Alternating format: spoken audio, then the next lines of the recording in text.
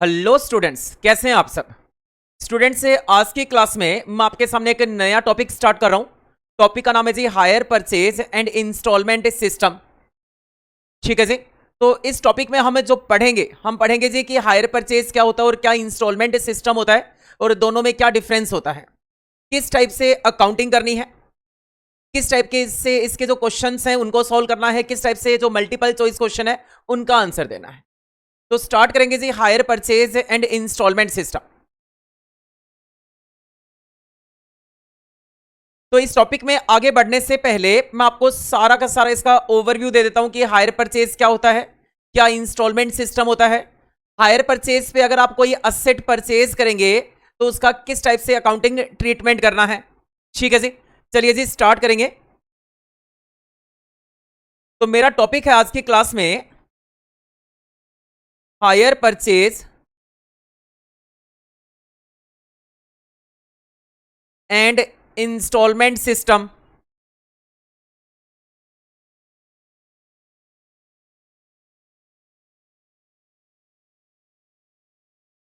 ठीक है जी।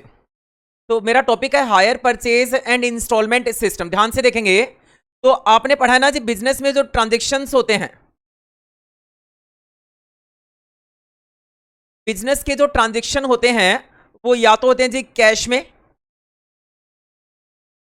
जिनको हम बोलते हैं कैश ट्रांजेक्शन बोलते हैं, या फिर बिजनेस के जो ट्रांजेक्शन होते हैं वो होते हैं जी या फिर क्रेडिट पे होते हैं, जिनको हम बोलते हैं क्रेडिट ट्रांजेक्शन बोलते हैं। ठीक है जी। अब मान लो मिस्टर ए को एक असेट परचेज करनी है। मिस्टर ए को क्या परचेज करना है जी, एक असेट परचेज करनी है। असेट का नाम है, मान लेते हैं मशीनरी है।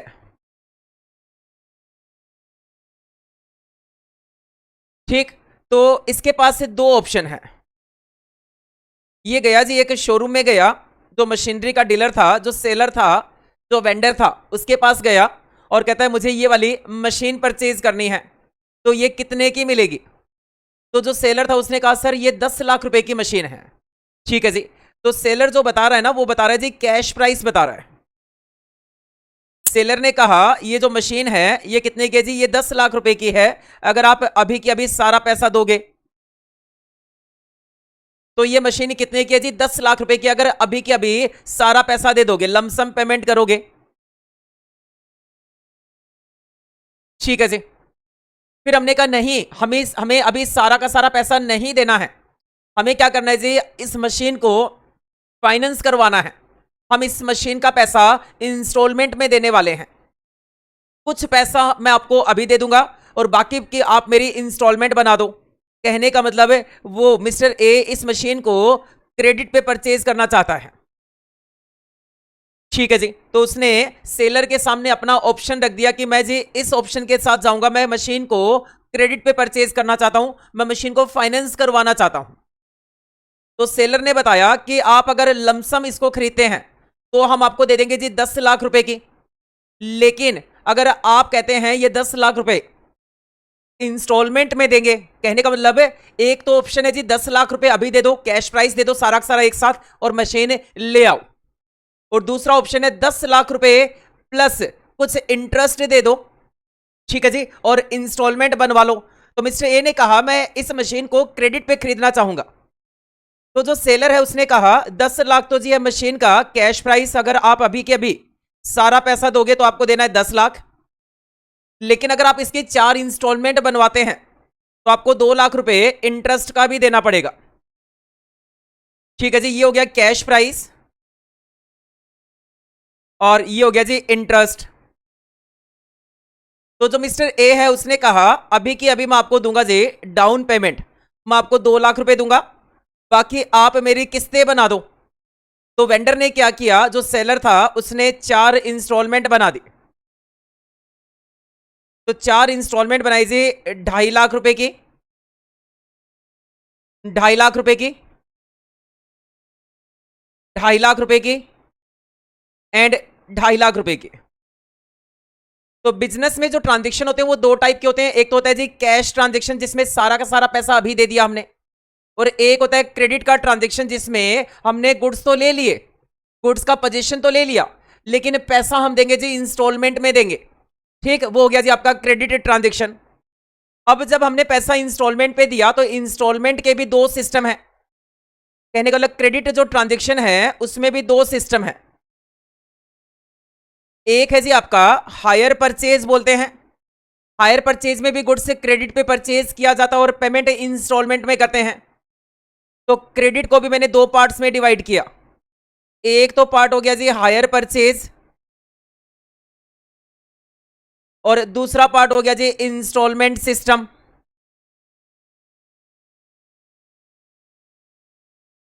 दोनों में ही पेमेंट किस में होगी जी? इंस्टॉलमेंट में होगी। तो दोनों का अलग अलग नाम क्यों रखा गया? कुछ तो डिफरेंस होगा जिसकी वजह से दोनों का नाम अलग अलग रखा गया। तो क्या डिफरेंस है वो डिस्कस करेंगे। तो हायर परचेज में क्या होता है जी? Ownership is not transferred. सबसे पहले अगर आप डिफरेंस करो इन दोनों में ओनरशिप के बेसिस पे, तो ओनरशिप कब ट्रांसफर होती है? असेट की, जो मशीन आपने परचेज की उस मशीन की ओनरशिप कब ट्रांसफर होगी मिस्टर ए को? तो कहता है ownership transfer on payment of last instalment.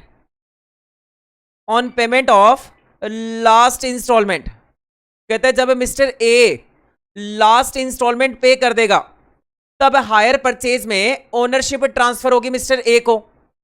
जबकि इंस्टॉलमेंट सिस्टम में ओनरशिप कब ट्रांसफर होगी? कब ट्रांसफर होगी जी? ओनरशिप कब ट्रांसफर होगी इंस्टॉलमेंट सिस्टम में? कहता है at the time of down payment. Eight the time of down payment by mister A entering into agreement. कहते हैं जैसे ही मिस्टर ए ने अग्रीमेंट किया सेलर के साथ कि मैं ये मशीन खरीदना चाहता हूं और आपको पेमेंट करूंगा इंस्टॉलमेंट सिस्टम के बेसिस पे, और ये 2 लाख रुपए आप अभी डाउन पेमेंट ले लो। जैसे ही डाउन पेमेंट किया वैसे ही मशीन की ओनरशिप किसको ट्रांसफर हो गई जी? मशीन की ओनरशिप ट्रांसफर हो गई मिस्टर ए को ट्रांसफर हो गई। कहने का मतलब इंस्टॉलमेंट सिस्टम में मिस्टर ए हो गया जी ओनर हो गया। ओनर कौन है? मिस्टर ए है इंस्टॉलमेंट सिस्टम में। जबकि हायर परचेज में अभी मिस्टर ए ओनर नहीं है। मिस्टर ए जब लास्ट इंस्टॉलमेंट की पेमेंट कर देगा 4 साल के बाद तब उसको ओनरशिप ट्रांसफर होगी। तो अभी क्या है जी? अभी तो वो हायर चार्जेस पे कर रहा है, एक तरह से किराया पे कर रहा है। अभी तो वो किराएदार है, जिसको बोलते हैं जी अकाउंटिंग टर्म में उसको बेली बोलते हैं। ठीक है जी। उसके बाद मान लो जो मिस्टर ए है उसने ये मशीन हायर परचेज सिस्टम पे परचेज की और 4 इंस्टॉलमेंट देनी थी। अब मान लो उसने डाउन पेमेंट दे दिया, फर्स्ट इंस्टॉलमेंट दे दी, सेकेंड इंस्टॉलमेंट दे दी, बट थर्ड इंस्टॉलमेंट वो नहीं पे कर पाया। तो अब क्या करें? तो अगर कभी भी हायर परचेजर जो मिस्टर ए है अगर वो इंस्टॉलमेंट पेमेंट करने में कभी भी डिफॉल्ट करेगा तो हायर परचेज में क्या ट्रीटमेंट होगा और इंस्टॉलमेंट सिस्टम में क्या ट्रीटमेंट होगा? तो मैं लिखूंगा इन case of default by mister A.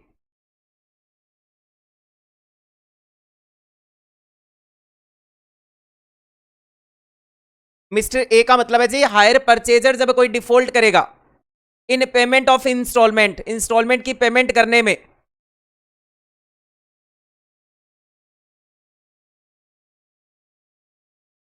तो क्या लिखा? In case of default by mister A in payment of instalment then जो वेंडर है या जो सेलर है repossess the goods. Repossess the machinery या रीपोजेस द गुड्स। तो क्या करेगा? वो गुड्स को वापस रीपोजेस कर लेगा, वापस अपने अपने पास से उसको टेक ओवर कर लेगा।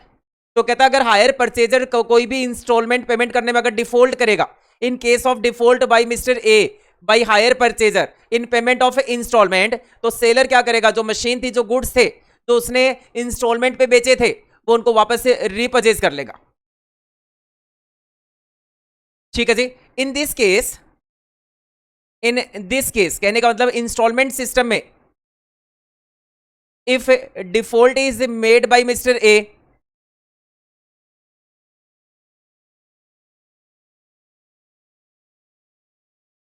कहता है वो पर्सन जो परचेजर है जिसको हमने इंस्टॉलमेंट सिस्टम पे गुड्स से सेल किए हैं, अगर वो डिफॉल्ट करता है इन पेमेंट ऑफ इंस्टॉलमेंट, तो क्या सेलर गुड्स को वापस ले सकता है? हाँ जी, तो क्या सेलर गुड्स को वापस ले सकता है? नहीं। इंस्टॉलमेंट सिस्टम के अंदर सेलर गुड्स को वापस रिपोजेस नहीं कर सकता। तो क्या कर सकता है सेलर? तो सेलर कर सकता है जी, मैंने लिखा in this case if default is made by purchaser in payment of instalment, अगर टाइम पे इंस्टॉलमेंट नहीं पे करेगा तो seller can sue for price only. तो सेलर क्या कर सकता है जी, सेलर केवल जो परचेजर है उसके ऊपर पैसों के लिए जो रिमेनिंग पैसा लेना है उसके लिए क्लेम कर सकता है। ठीक है जी, तो ये कुछ मैंने आपको मेन डिफरेंस बताया between hire purchase and between instalment system. सबसे पहला जो मेन डिफरेंस होता है, हायर परचेज के अंदर ओनरशिप ट्रांसफर होती है at the time of payment of last instalment. जिस दिन लास्ट इंस्टॉलमेंट पे कर देगा उस दिन ओनरशिप ट्रांसफर होगी जी हायर परचेजर को। जबकि इंस्टॉलमेंट सिस्टम के अंदर सेलर और परचेजर के बीच में जैसे ही अग्रीमेंट साइन होता है और जैसे ही परचेजर डाउन पेमेंट कर देता है वैसे ही क्या होता है जी, ओनरशिप ट्रांसफर हो जाती है। उसके बाद इंस्टॉलमेंट सिस्टम के अंदर ओनर कौन है जी, जो परचेजर है वो गुड्स का ओनर है क्योंकि ओनरशिप ट्रांसफर हो चुकी है।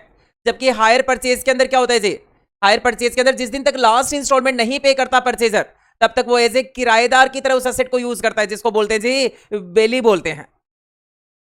हायर परचेज के अंदर अगर परचेजर जो है जिसने मशीन खरीदी थी मिस्टर ए, अगर वो इंस्टॉलमेंट पेमेंट करने में कोई भी डिफॉल्ट करेगा तो सेलर क्या करेगा, गुड्स को वापस से रिपोजेस कर लेगा और आज तक मिस्टर ए ने जितनी भी इंस्टॉलमेंट पे की उनको भी क्या करेगा जी, उनको भी जब्त कर लेता है एज ए हायर चार्जेस मान के, एज ए किराया मान के, वो भी पैसा रिफंड नहीं होता।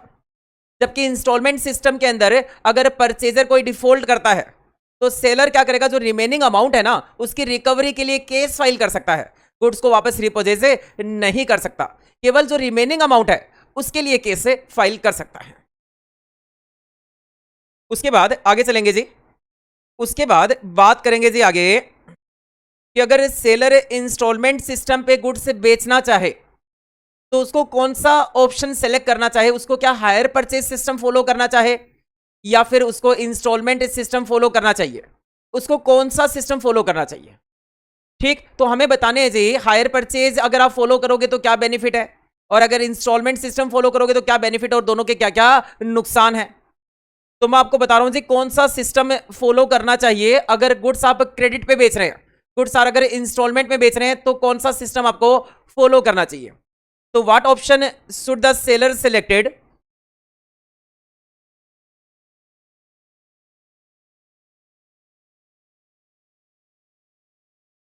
सेलर को कौन सा ऑप्शन सेलेक्ट करना चाहिए if seller wants to sell the goods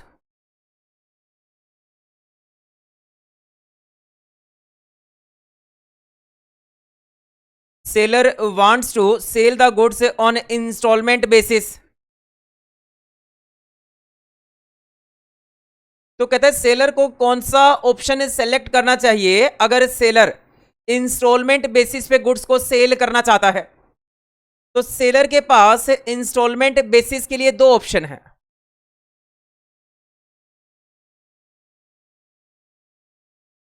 ठीक है जी, एक तो है सेलर के पास से हायर परचेज का ऑप्शन,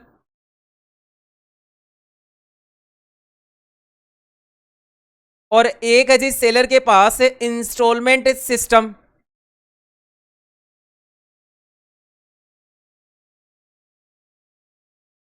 तो आपको क्या लगता है, आपको क्या लगता है अगर आप एज ए सेलर अगर इंस्टॉलमेंट पे गुड्स से सेल करना चाहते हो तो आप कौन सा सिस्टम फॉलो करोगे। तो आप में से ज्यादातर बच्चे क्या कहेंगे, आप में से ज्यादातर बच्चे बोलेंगे जी हायर परचेज सिस्टम फॉलो करना चाहिए। क्यों, क्योंकि अगर किसी दिन परचेजर इंस्टॉलमेंट नहीं पे करता तो क्या करेंगे जी, आज तक जो उसने डाउन पेमेंट किया, जो फर्स्ट या सेकंड इंस्टॉलमेंट जो पे कर दी उसको तो हम जब तक कर ही कर लेंगे।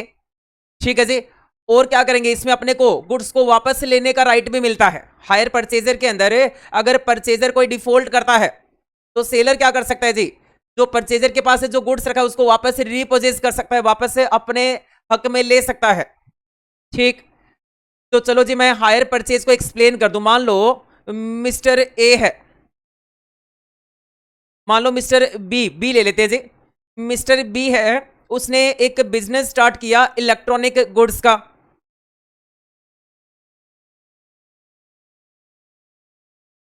इलेक्ट्रॉनिक्स गुड्स का एक बिजनेस स्टार्ट किया, एक शोरूम स्टार्ट किया। इस शोरूम में वॉशिंग मशीन भी रख रहा था ये, इसमें फ्रीज भी थे, ठीक है जी। फ्रीज थोड़ा बड़ा साइज का भी था, फ्रीज डबल डोर का भी था, ठीक है जी। उसके बाद इसमें टेलीविजन भी था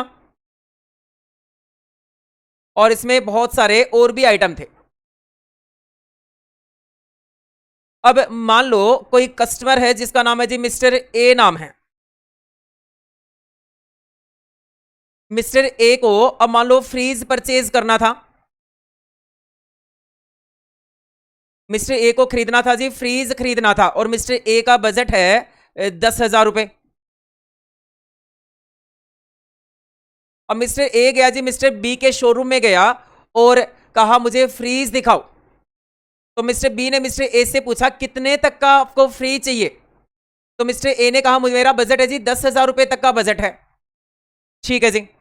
तो मिस्टर बी ने मिस्टर ए को एक फ्रीज दिखाया, कहता है ये है जी हमारा छोटा फ्रीज है, सिंगल डोर का, छोटी हाइट का फ्रीज है, ये आपको 10,000 रुपए में मिल जाएगा। मिस्टर ए बड़ा खुश हुआ, कहता है मेरा बजट था 10,000 रुपए और मुझे 10,000 में ही क्या मिल रहा है जी, फ्रीज मिल रहा है, ठीक है जी। ध्यान से सुनेंगे, 10,000 का बजट था और 10,000 में उसको ऑप्शन भी मिल रहा था, एक फ्रीज मिल रहा था 10,000 का, बट साइज में छोटा था और एक सिंगल डोर का फ्रीज था।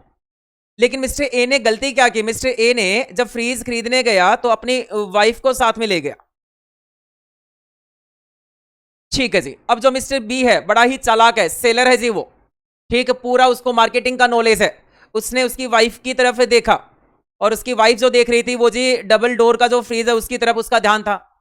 तो मिस्टर बी ने मिस्टर ए की वाइफ को कहा कि आपको अगर ये फ्रीज पसंद आ रहा है तो ये फ्रीज भी हम आपको दे देंगे। तो मिस्टर ए ने कहा सर मेरा बजट तो सिर्फ और सिर्फ 10,000 है, इससे ज्यादा मेरे पास नहीं है, ठीक है जी। तो मिस्टर बी ने मिस्टर ए को कहा हम आपसे 10,000 रुपए भी नहीं लेंगे, हम आपसे 5,000 रुपए ही लेंगे। तो इतने में जी मिस्टर ए की जो वाइफ है उसके चेहरे पे बड़ी अच्छी सी स्माइल आ गई। उसने कहा अब तो मैं फ्रीज खरीदूंगी तो यही वाला फ्रीज खरीदूंगी, डबल डोर का। तो कहता है कैसे जी। मिस्टर ए ने कहा मुझे बताओ तो सही, मेरे पास आप 5,000 रुपए लेकर ये मुझे फ्रीज कैसे दे दोगे।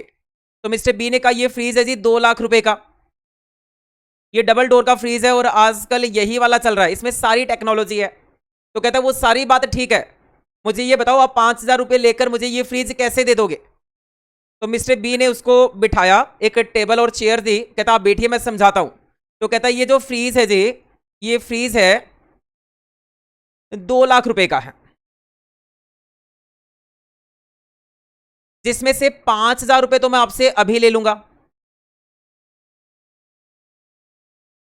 बाकी जो बचा 1,95,000 इसमें मैं कुछ इंटरेस्ट जोड़ दूंगा, क्योंकि आपसे क्या कर रहा हूं जी, मैं आपसे पैसा इंस्टॉलमेंट में ले रहा हूं, तो इसमें मैं 15,000 रुपए इंटरेस्ट का भी जोड़ देता हूं।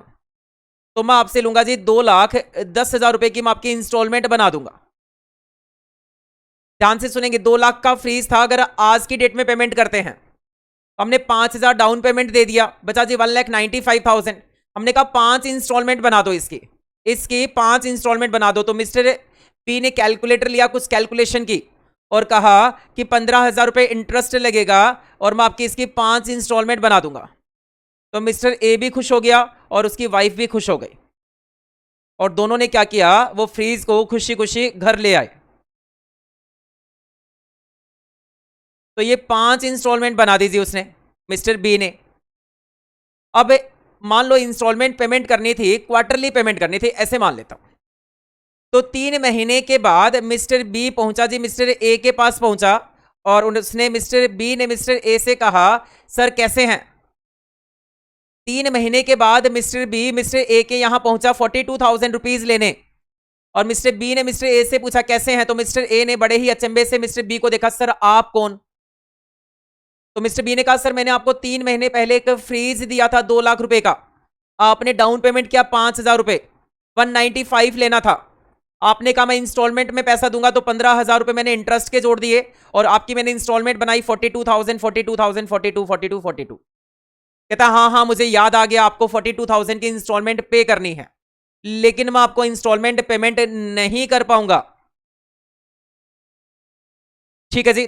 तो मिस्टर बी ने जब गुड्स बेचा था ना, ये फ्रीज जब इंस्टॉलमेंट पे बेचा था, तभी मिस्टर ए को वार्निंग दे दी थी कि अगर आप कभी भी कोई भी इंस्टॉलमेंट नहीं पे कर पाओगे तो आपने जितना पैसा पे किया वो सारा सारा मैं जब्त कर लूंगा, और जब मैं आऊंगा इंस्टॉलमेंट लेने और अगर आपने इंस्टॉलमेंट नहीं पे की तो मैं फ्रीज को भी वापस से अपने साथ लेकर आ जाऊंगा जी। मैं फ्रीज को क्या करूंगा, रिपोजेस कर लूंगा, फ्रीज को जब्त कर लूंगा। तो अब आया जी मिस्टर बी, जब इंस्टॉलमेंट मांगने आया तो मिस्टर ए ने इंस्टॉलमेंट देने से मना कर दिया। तो मिस्टर बी ने कहा फ्रीज कहां है, फ्रीज कहां है, मैं उस फ्रीज को वापस लेकर जाऊंगा। तो वो घर में गया और उसने देखा कि फ्रीज का जो डबल डोर था वो एक डोर तो कहीं और रखा था, दूसरा डोर कहीं और रखा था। फ्रीज के सारे पार्ट्स मिस्टर ए के बच्चों ने अलग अलग अलग अलग कर दिए। ठीक, तो इस केस में उस फ्रीज की रीसेल वैल्यू भी क्या हो गई, बहुत कम हो गई, जीरो वैल्यू हो गई। तो यहां पे मिस्टर ए ने क्या किया, 5,000 रुपए में 3 महीने फ्रीज को यूज कर लिया और मिस्टर बी को इंस्टॉलमेंट पेमेंट नहीं की, जिसकी वजह से मिस्टर बी को क्या हो गया जी, नुकसान हो गया। क्योंकि 2 लाख का फ्रीज के बदले 5,000 मिला और वो जो कबाड़ा हो गया था 3 महीने के अंदर फ्रीज का, ठीक है जी, उसकी रीसेल वैल्यू भी जीरो। तो यहां पे मिस्टर बी को नुकसान हो गया। तो मिस्टर बी उदास हो गया जी हायर परचेज पे गुड्स को बेचकर। ठीक है जी, मिस्टर बी उदास हो गया, उसने क्या किया जी, इस इलेक्ट्रॉनिक्स के गुड्स को बंद कर दिया। कहता है ये तो बड़ा खराब सा सिस्टम है, इसमें गुड्स इंस्टॉलमेंट पे बेचो, गुड्स पुराना हो गया, सामने वाले ने इंस्टॉलमेंट नहीं पे की परचेजर ने, तो गुड्स को वापस रीपरचेज करो और उसकी रीसेल वैल्यू जीरो हो जाती है। ठीक है जी, तो हायर परचेज का ये उसको डिफॉल्ट लगा, वो उदास मन से उसने वो बिजनेस ही क्या किया जी, बंद कर दिया। कुछ महीने बाद उसने क्या किया जी, एक रियल एस्टेट का बिजनेस स्टार्ट किया। और उसको पता है, अब उसको क्या पता है, उसको पता है मैं अब घर जो बेचूंगा रियल एस्टेट में वो हायर परचेज बेसिस पे कभी भी जिंदगी में नहीं बेचूंगा। तो उसने रियल एस्टेट का बिजनेस स्टार्ट किया। मिस्टर बी ने बड़ी बड़ी बिल्डिंगें बनाता था।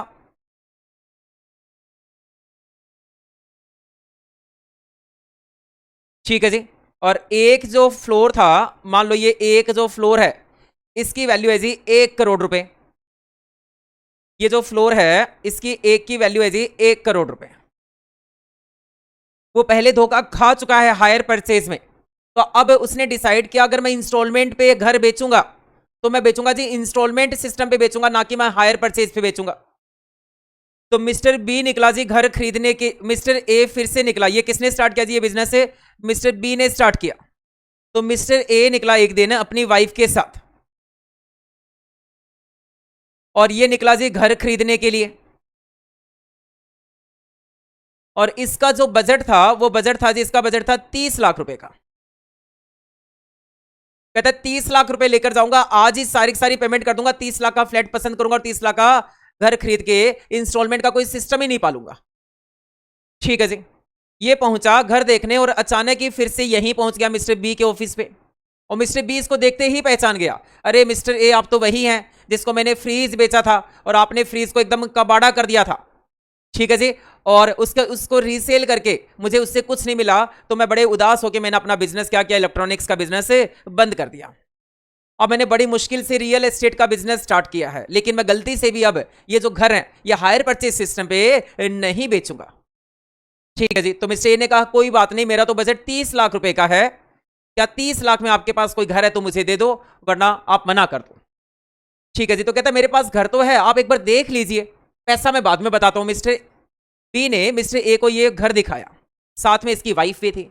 घर देखते ही मिस्टर ए की वाइफ को वो घर पूरी तरह से पसंद आ गया और अब ऑफिस में आके मिस्टर बी ने बताया कि ये जो घर है ये है जी 1 करोड़ रुपए का।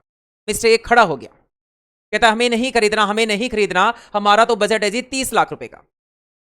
तो मिस्टर ए की वाइफ ने कहा क्या पिछले वाला सिस्टम नहीं है जो आपने इंस्टॉलमेंट बना दी थी, क्या हायर परचेज वाला सिस्टम नहीं है?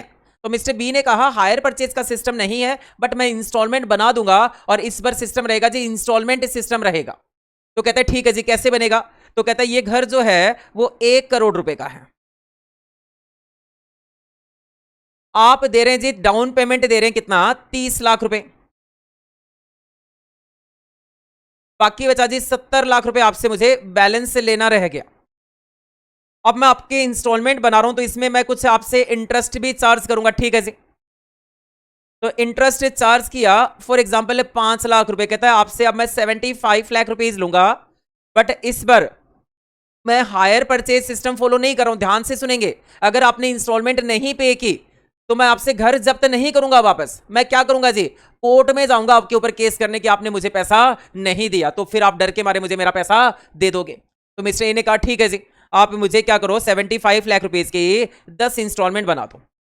तो 10 इंस्टॉलमेंट बना दीजिए, 7,50,000, 7,50,000, इस टाइप से ये 10 इंस्टॉलमेंट बनाते। और घर क्या किया जी, घर की ओनरशिप ट्रांसफर कर दी, क्योंकि कौन सा सिस्टम इस बार है जी इंस्टॉलमेंट सिस्टम है, और घर की ओनरशिप ट्रांसफर कर दी मिस्टर ए को। तो मिस्टर ए उस घर का ओनर बन गया। आराम से मिस्टर ए की वाइफ, मिस्टर ए के बच्चे उस घर में रह रहे थे। 1 साल के बाद फिर से मिस्टर बी पहुंचा जी, मिस्टर बी मिस्टर ए के पास पहुंचा, कहते हैं सर कैसे हैं। तो मिस्टर ए ने बिल्कुल वैसे ही ट्रीट किया जैसे पिछली बार किया था। कहते हैं सर आप कौन, कहते हैं सर आप जल्दी भूल जाते हैं, आप पहले भी मुझे भूल गए थे, इस बार भी आप मुझे भूल गए। मैंने आपको ये घर दिया है, 1 करोड़ का घर था, 30 लाख आपने डाउन पेमेंट की, 70 लाख रुपए, 5 लाख मैंने इंटरेस्ट लगाया, 75 लाख रुपीज लेना था, जिसकी मैंने 10 इंस्टॉलमेंट बनाई है, और आज मैं आपसे पहली इंस्टॉलमेंट लेने आया हूं। ठीक है जी, आज क्यों आया हूं मैं पहली इंस्टॉलमेंट लेने आया हूं। तो मिस्टर ए ने कहा जी मैं तो ये इंस्टॉलमेंट आपको पेमेंट नहीं कर पाऊंगा, और इस बार तो आप पिछली बार की तरह मेरा फ्रीज के टुकड़े ले गए थे, तो इस बार घर भी नहीं लेके जा सकते, क्योंकि ओनर कौन है, ओनर तो मैं हूं।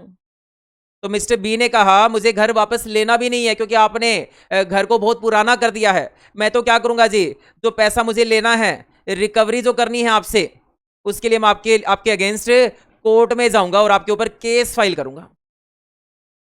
हमने कहा शांति शांति शांति, मिस्टर बी को हमने समझाया। हमने कहा अगर आप कोर्ट में जाओगे तो आपको पता है कोर्ट एक केस को सोल्व करने में 20 से 30, 40, 50 साल लगा देता है, तब तक तो ना आप रहेंगे ना मैं रहूंगा। ठीक है जी, तो यहां पे भी मिस्टर बी को क्या होना पड़ा जी, उदास होना पड़ा। अब माइंड में ये आया, मिस्टर बी के माइंड में भी आया और हमारे माइंड में भी आया कि सर फिर कौन सा सिस्टम फॉलो करना चाहिए, अगर हम इंस्टॉलमेंट पे गुड्स खरीदेंगे तो हमें कौन सा सिस्टम फॉलो करना चाहिए।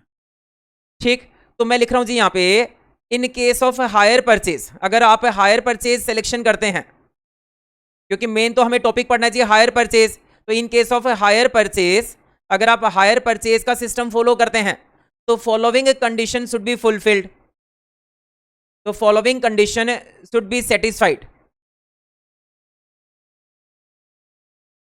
तो कहता है अगर आप हायर परचेज सिस्टम को फॉलो करना चाहते हैं तो ये कुछ कंडीशंस मैं लिख रहा हूं, ये सेटिस्फाइड होनी चाहिए।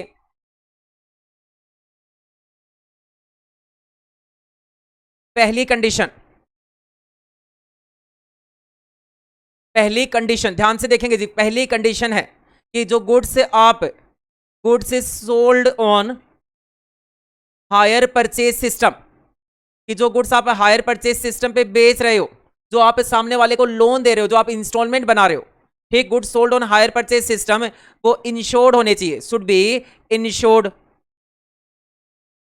या आप लिख सकते हैं शुड बी इंश्योरेबल। वो इंश्योरेबल होनी चाहिए कि अगर किसी केस में परचेजर टाइम पे पेमेंट नहीं करेगा तो इंश्योरेंस कंपनी क्या करेगी जी, परचेजर का जो पैसा है वो कौन दे देगी, इंश्योरेंस कंपनी पे कर देगी। तो गुड्स जो सोल्ड किए गए हायर परचेज सिस्टम पे वो इंश्योरेबल होने चाहिए। कहता है शुड नॉट बी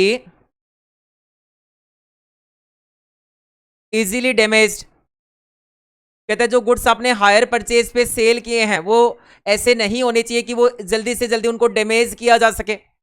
जैसे आपने सुना है टीवी बड़ी जल्दी डैमेज हो जाती है, फ्रिज भी जल्दी डैमेज हो जाते हैं, बट घर जल्दी से डैमेज नहीं होता। फॉर एग्जाम्पल जैसे हाउस की बात करूं, जैसे कार की बात करें, जैसे स्कूटी की बात करें, तो इस टाइप की एसेट जल्दी से डैमेज नहीं होती, और such goods should have resale value.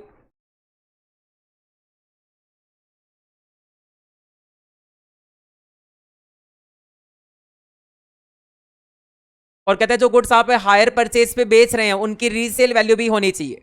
तो ये कुछ कंडीशंस हैं। तो रीसेल वैल्यू आपको पता है जी, हाउस की रीसेल वैल्यू अच्छी होती है, कार की भी रीसेल वैल्यू अच्छी होती है, स्कूटी की भी अच्छी होती है। तो ये कुछ कंडीशंस है, अगर ये कंडीशन पूरी होती है तो आपको गुड्स बेचना है जी हायर परचेज सिस्टम पे, और अगर ये कंडीशन पूरी नहीं होती तो आपको गुड्स बेचना है जी इंस्टॉलमेंट सिस्टम पे बेचना है। तो आप देख रहे हैं जो मैंने एग्जांपल लिए यहाँ पे, वो उन गुड्स के एग्जांपल लिए जिनका प्राइस काफी ज्यादा रहता है। तो जो स्मॉल प्राइस के जो गुड्स होते हैं, ध्यान से सुनेंगे, जो स्मॉल प्राइस के जो गुड्स होते हैं, जैसे मिक्सी हो गई, जैसे फोन हो गया, ठीक है जी, तो उनके लिए इंस्टॉलमेंट सिस्टम में ज्यादा बेटर रहेगा। तो कहता है अगर ये कंडीशन से पूरी होगी तो आपको क्या करना है जी, ये सारी की सारी कंडीशंस पूरी होगी तो आपको हायर परचेज सिस्टम फॉलो करना है। अगर इनमें से एक भी कंडीशन पूरी नहीं होती है तो आपको सिस्टम फॉलो करना है जी इंस्टॉलमेंट सिस्टम फॉलो करना। ठीक है जी, तो अब तक मैंने आपको क्या क्या समझा दिया, मैंने समझाया जी बिजनेस के ट्रांजेक्शन कैश और क्रेडिट। क्रेडिट के भी दो रूप हैं। क्या क्या रूप है जी क्रेडिट के? एक है जी क्रेडिट में इंस्टॉलमेंट सिस्टम, एक है हायर परचेज सिस्टम। दोनों का डिफरेंस समझाया। फिर मैंने आपको यह बताया कि अगर आपके सामने ऑप्शन रखा जाए कि आप गुड्स हायर परचेज पे बेचना चाहेंगे या इंस्टॉलमेंट पे बेचना चाहेंगे, तो दोनों में ही आप उदास होकर लौटे। तो आपने मुझे पूछा कि सर क्या करें, तो मैंने आपको बताया कुछ कंडीशंस है, अगर ये कंडीशन सारी सारी पूरी होती है तो आप गुड्स हायर परचेज पे बेचना, अदरवाइज इनमें से अगर एक भी कंडीशन पूरी ना हो तो आप गुड्स इंस्टॉलमेंट सिस्टम पे बेचना। ठीक है जी। उसके बाद अकाउंटिंग टर्म्स, क्योंकि जो भी चैप्टर्स हम पढ़ रहे हैं, चाहे वो कंसाइनमेंट है चाहे जॉइंट वेंचर है, ये स्पेसिफिक जो अकाउंटिंग है उनमें क्या है जी अकाउंटिंग टर्म्स अलग अलग आ रही है। तो हायर परचेज में क्या क्या अकाउंटिंग टर्म्स रहेंगी वो देख लेते हैं। तो मैंने लिखा जी यहां पे accounting terms in hire purchase. तो आपने देखा होगा मैं बार बार एक नाम यूज कर रहा हूं जी, एक नाम यूज कर रहा हूं। क्या नाम यूज कर रहा हूं? मैं नाम यूज कर रहा हूं हायर परचेजर। Hire purchaser. तो हायर परचेज कौन है जी? हायर परचेजर कौन है? हायर परचेज सिस्टम में, जो हायर परचेज सिस्टम की जिसकी मैं अकाउंटिंग की बात कर रहा हूं, उसमें हायर परचेजर कौन है? तो ये जी बायर है। ये कौन है? जो खरीदार है, जिसने असेट खरीदी है इंस्टॉलमेंट सिस्टम पे, वो है जी ये बायर है। तो buyer in hire purchase agreement. Hire purchase agreement में जो बायर है उसको बोलते हैं जी हायर परचेजर बोलते हैं। अब बात आती है जी हायर वेंडर कौन है?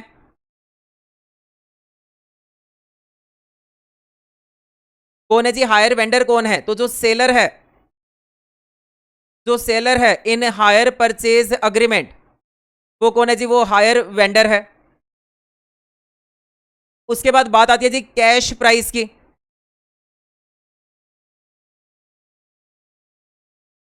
नेक्स्ट अकाउंटिंग टर्म है जी आपका कैश प्राइस। कैश प्राइस मैंने क्या बताया? मैंने कहा बिजनेस में दो ट्रांजेक्शन होते हैं कैश में। अगर आप सारा का सारा पेमेंट आज ही कर देते हैं, मतलब अगर कैश में परचेज करते हैं, तो जितना प्राइस देना पड़ेगा वो हो गया जी कैश प्राइस। तो कैश प्राइस हो गया इफ परचेज्ड इन कैश।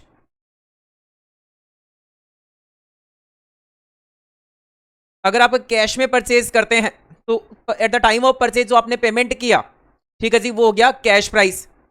उसके बाद अगला पॉइंट आता है जी डाउन पेमेंट का क्या मतलब है?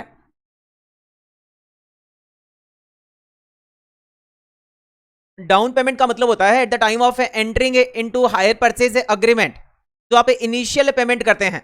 तो initial payment by hire purchaser,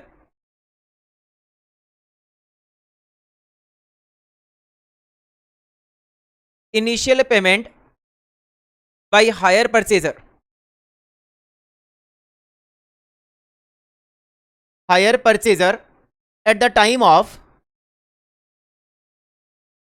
at the time of entering,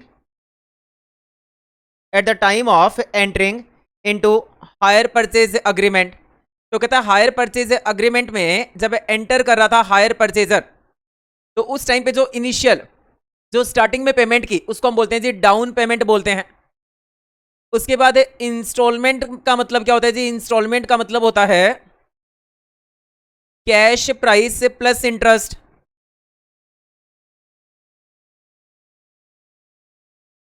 ठीक है जी, कैश प्राइस प्लस इंटरेस्ट। तो आप इसको इंस्टॉलमेंट भी बोल सकते हैं, आप इसको हायर परचेज प्राइस भी बोल सकते हैं।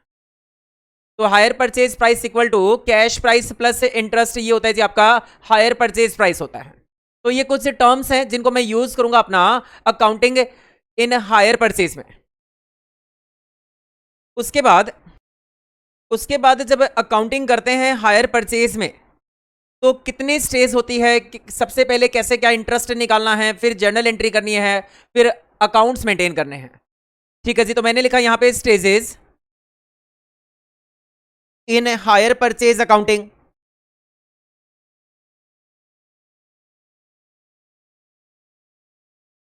तो हायर परचेज की जब अकाउंटिंग करते हैं तो उसमें कौन कौन सी स्टेज होती है, तो मैं 3 स्टेज में अकाउंटिंग करने वाला हूं जी। सबसे पहले स्टेज में मैं निकालूंगा जी कंप्यूटेशन ऑफ कैश प्राइस, क्योंकि जब तक कैश प्राइस नहीं निकलेगा तब तक असेट का अकाउंट मेंटेन नहीं होगा। Computation of cash price, interest and higher purchase price या इंस्टॉलमेंट। ठीक है जी, कि कैश प्राइस निकालूंगा सबसे पहले स्टेज में, इंटरेस्ट कैलकुलेट करूंगा और इंस्टॉलमेंट का अमाउंट कैलकुलेट करूंगा। उसके बाद दूसरे स्टेज में मैं करूंगा जी, एक तो सबसे पहले जर्नल एंट्रीज पास करूंगा।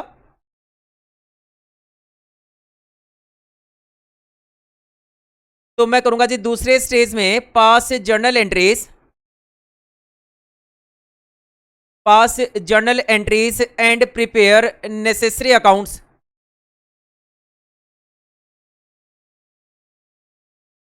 पास जर्नल एंट्री पास करूंगा और नेसेसरी अकाउंट्स मेंटेन करूंगा इन द बुक्स ऑफ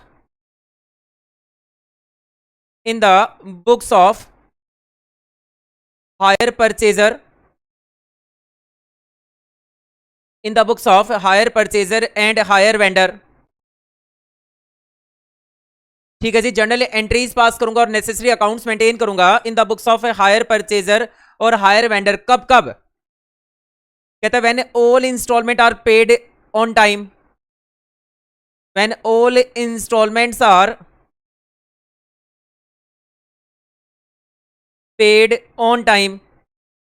तो सबसे पहला केस कहता है जब सारी इंस्टॉलमेंट टाइम पे पेमेंट कर दी तो उस केस में कौन कौन सी जर्नल एंट्रीज होगी, कौन कौन से नेसेसरी अकाउंट्स बनेंगे in the books of hire purchaser and hire vendor. उसके बाद अगर मान लो कोई इंस्टॉलमेंट हायर परचेजर नहीं पे कर पाया और हायर वेंडर ने सारे के सारे गुड्स रिपर्चेज कर लिए, तो कहने का मतलब फुल रिपोजिशन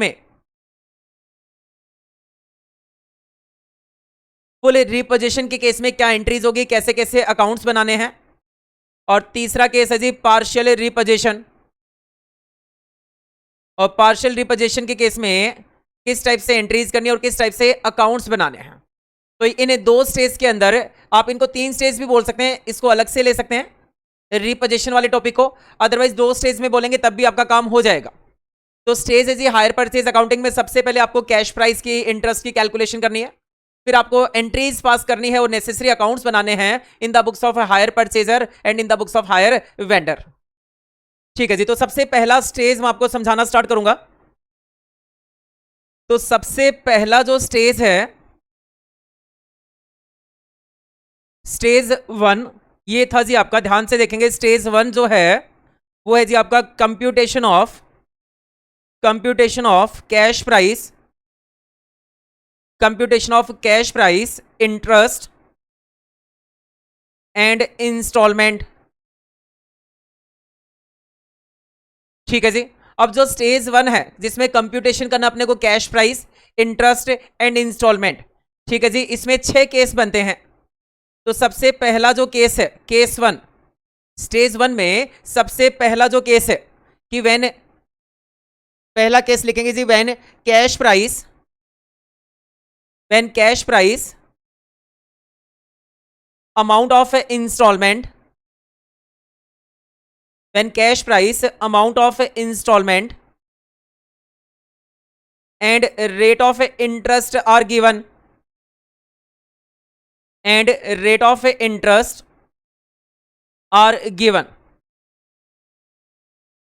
तो सबसे पहला केस है जी, जब आपको मैं बता रहा हूं स्टेज 1 जिसमें हम निकालेंगे कैश प्राइस, इंटरेस्ट और इंस्टॉलमेंट की कैलकुलेशन सबसे पहले करेंगे। इसमें भी बहुत सारे केस बनते हैं, 6 केस आपके सामने मैं डिस्कस करूंगा। और पहला केस है जब आपको cash price, amount of instalment और रेट ऑफ इंटरेस्ट आपको दे रखा हो। तो इसके लिए मैं एक एग्जांपल ले लूंगा। फॉर एग्जांपल, एक एग्जांपल से आपको समझाऊंगा इसको मैं। एग्जांपल है जी, आपको दे रखा है कैश प्राइस दे रखा है ₹1,00,000, कैश प्राइस दे रखा है ₹3,00,000 दे रखा है। उसके बाद दे रखा है जी, आपको कहता है डाउन पेमेंट किया, डाउन पेमेंट है जी ₹1,00,000। उसके बाद कहता है बैलेंस से 3 इंस्टॉलमेंट में पे किया, 3 इंस्टॉलमेंट है जी 1 2 3, और 3 जो इंस्टॉलमेंट है वो है जी आपकी 80,000 एंड 80,000। ठीक है जी। हम निकालेंगे इस क्वेश्चन में इंटरेस्ट का अमाउंट निकालेंगे। तो एक मैं प्रॉपर एक टेबल लेके चलूंगा, उसी टेबल से सारे सारे स्टेज का सॉल्यूशन करके दिखाऊंगा। तो मैंने लिखा जी, यहां पे सबसे पहले लिखा मैंने ईयर, और ये जो इंस्टॉलमेंट है ना ये ईयरली है। तो एक तो लिखूंगा 0 ईयर में हम डाउन पेमेंट करते हैं 1 2 3, 3 साल तक हमें इंस्टॉलमेंट पे करनी है, क्योंकि नंबर ऑफ इंस्टॉलमेंट है जी 3 इंस्टॉलमेंट है। उसके बाद यहां पे मैंने लिखा इंस्टॉलमेंट का नाम, इंस्टॉलमेंट का नाम है जी, एक तो डाउन पेमेंट है, एक फर्स्ट इंस्टॉलमेंट है, एक सेकेंड इंस्टॉलमेंट और एक थर्ड इंस्टॉलमेंट है। उसके बाद मैंने यहां पे लिखा जी opening balance of cash price, कि कैश प्राइस का ओपनिंग बैलेंस कितना है। तो 0 ईयर में जब आपने असेट परचेज की तो उस टाइम पे ओपनिंग बैलेंस था कैश प्राइस का 3 लाख। ठीक है जी। उसके बाद कितना कितना इंस्टॉलमेंट आपने पे किया, और इंस्टॉलमेंट का मतलब मैं आपको बता चुका हूं। इंस्टॉलमेंट का मतलब होता है कैश प्राइस से plus interest equal to instalment. तो इंस्टॉलमेंट जी आपने एक तो डाउन पेमेंट किया, और फिर फर्स्ट इंस्टॉलमेंट पे की 80,000, फिर सेकेंड इंस्टॉलमेंट पे की 80,000, एंड फिर थर्ड इंस्टॉलमेंट पे की 80,000। उसके बाद इन इंस्टॉलमेंट में कैश प्राइस कितना है, क्योंकि इंस्टॉलमेंट तो होता है जी आपका कैश प्राइस से प्लस इंटरेस्ट। तो इस इंस्टॉलमेंट में कैश प्राइस कितना है, कैश प्राइस इन इंस्टॉलमेंट। तो ये मैं आपको निकाल के दिखाऊंगा। और मैंने अभी अभी आपको बताया था, ठीक है, कि डाउन पेमेंट जो करते हैं वो तो जीरो ईयर में हमने कर दी। तो 0 ईयर में जो डाउन पेमेंट की उसमें इंटरेस्ट का एलिमेंट नहीं होता, ये मैं लिखवाऊंगा आपको अभी, कि आप जो डाउन पेमेंट करते हैं eight the time of entering into the agreement, जो आपने डाउन पेमेंट की, जो आपने इनिशियल पेमेंट किया, जो आपने इनिशियल पेमेंट किया उसमें इंटरेस्ट का एलिमेंट नहीं होता। तो कहने का मतलब 0 ईयर में इंटरेस्ट का एलिमेंट नहीं होता। तो यहां पे मैं लिखूंगा जी closing balance of cash price.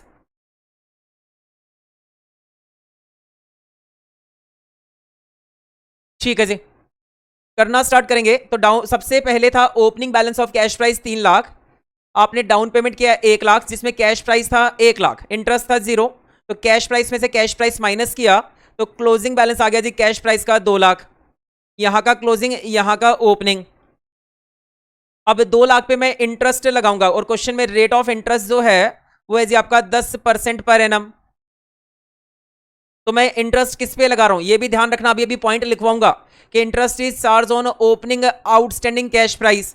तो 2 लाख का 10% हो गया जी 20,000 रुपए, और जो ये इंस्टॉलमेंट है 80,000 रुपए की, ये कैश प्राइस प्लस इंटरेस्ट है। तो इसका मतलब इसमें कैश प्राइस कितना हो गया, ठीक है जी, कैश प्राइस हो गया आपका कितना 60,000 रुपए। तो कैश प्राइस का फॉर्मुला भी लिखवाऊंगा, कैश प्राइस का फॉर्मुला था instalment minus interest.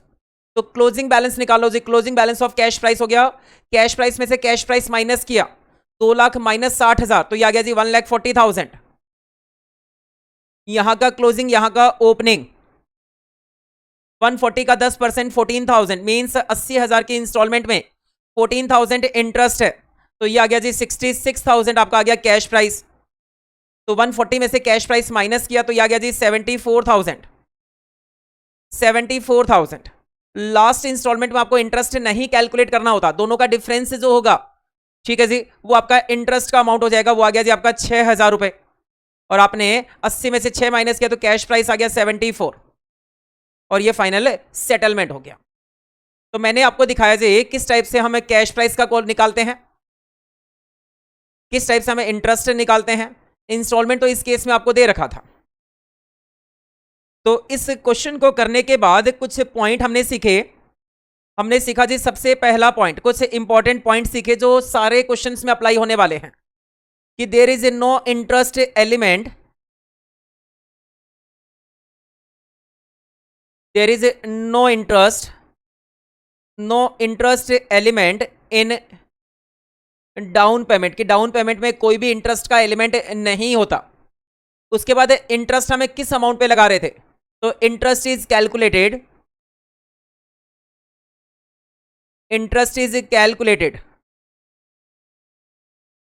On total cash price outstanding. कहते हैं जो कैश प्राइस जो आउटस्टैंडिंग है, तो जैसे ओपनिंग में आउटस्टैंडिंग कितना था, 3 लाख, तो ये तो डाउन पेमेंट के टाइम था, तो डाउन पेमेंट में इंटरेस्ट का एलिमेंट नहीं होता। फिर 2 लाख का 10%, फिर एक 40 का 10%, इस टाइप से मैंने इंटरेस्ट लगाया। तो interest is calculated on total cash price outstanding at the time of payment of instalment,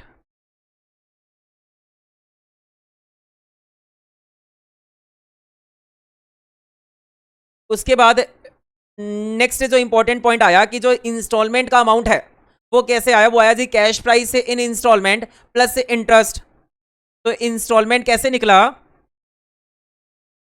instalment निकला जी कि एक इंस्टॉलमेंट में कितना कैश प्राइस है, तो कैश प्राइस इन इंस्टॉलमेंट, कि एक इंस्टॉलमेंट में कितना कैश प्राइस जुड़ा हुआ है, प्लस करेंगे इसमें इंटरेस्ट का अमाउंट, तो ये आ जाएगा जी आपका इंस्टॉलमेंट का अमाउंट आ जाएगा। ठीक है जी, इसी फॉर्मूले को आप 2-3 बार घुमा सकते हैं। कैसे, फोर्थ पॉइंट में अगर आपको निकालना हो कि एक इंस्टॉलमेंट में कैश प्राइस कितना है, तो कैश प्राइस इन इंस्टॉलमेंट, एक इंस्टॉलमेंट में कैश प्राइस कितना है, तो आप कैसे करेंगे जी, इंस्टॉलमेंट माइनस इंटरेस्ट। इंस्टॉलमेंट में से जब इंटरेस्ट माइनस कर देंगे तो उस इंस्टॉलमेंट में कितना कैश प्राइस है वो आपको पता लग जाएगा। ठीक है जी, उसके बाद टोटल इंटरेस्ट जो होता है, टोटल जो इंटरेस्ट होता है वो होता है जी आपका total hire purchase price minus से टोटल कैश प्राइस। ठीक है जी, तो इन फॉर्मूलों को आप यहां से भी वेरीफाई भी कर सकते हैं। तो मैंने कहा जो इंस्टॉलमेंट का अमाउंट होता है वो होता है जी cash price in instalment plus interest equal to 80,000। उसके बाद कैश प्राइस इन इंस्टॉलमेंट कैसे निकालते हैं, मैंने कहा इंस्टॉलमेंट में से 80,000 में से जब इंटरेस्ट माइनस किया तो आपका आ गया जी कैश प्राइस इन इंस्टॉलमेंट आ गया। फिर आप क्या करो जी, टोटल हायर परचेज प्राइस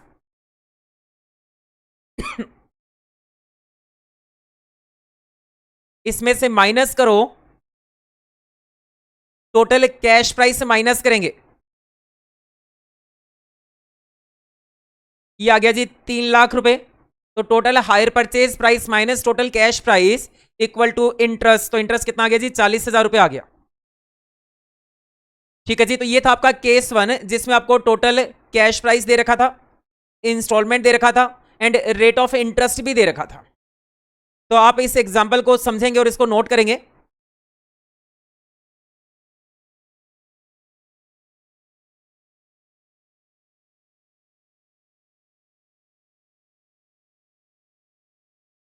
तो ये था जी आपका केस नंबर 1।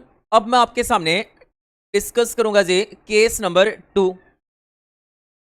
तो हायर परचेज की जब अकाउंटिंग करते हैं तो उसमें स्टेज 1 होता है, आपको कंप्यूटेशन करना होता है कैश प्राइस का, इंटरेस्ट का और इंस्टॉलमेंट का। उसमें केस 1 मैंने आपके सामने डिस्कस किया। अब बात कर रहा हूं जी केस 2, और केस 2 है आपका व्हेन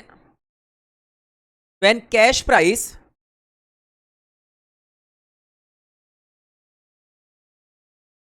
केस 2 मैं आपके सामने डिस्कस कर रहा हूं जी, और केस 2 है आपका when cash price amount of each instalment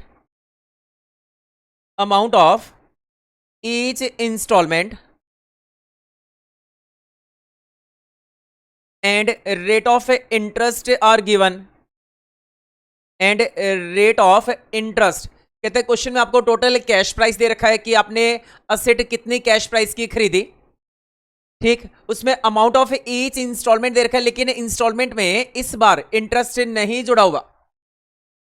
ठीक है जी, ये अमाउंट ऑफ ईच इंस्टॉलमेंट जो है ये एक्सक्लूडिंग इंटरेस्ट है एंड रेट ऑफ इंटरेस्ट भी आपको दे रखा है।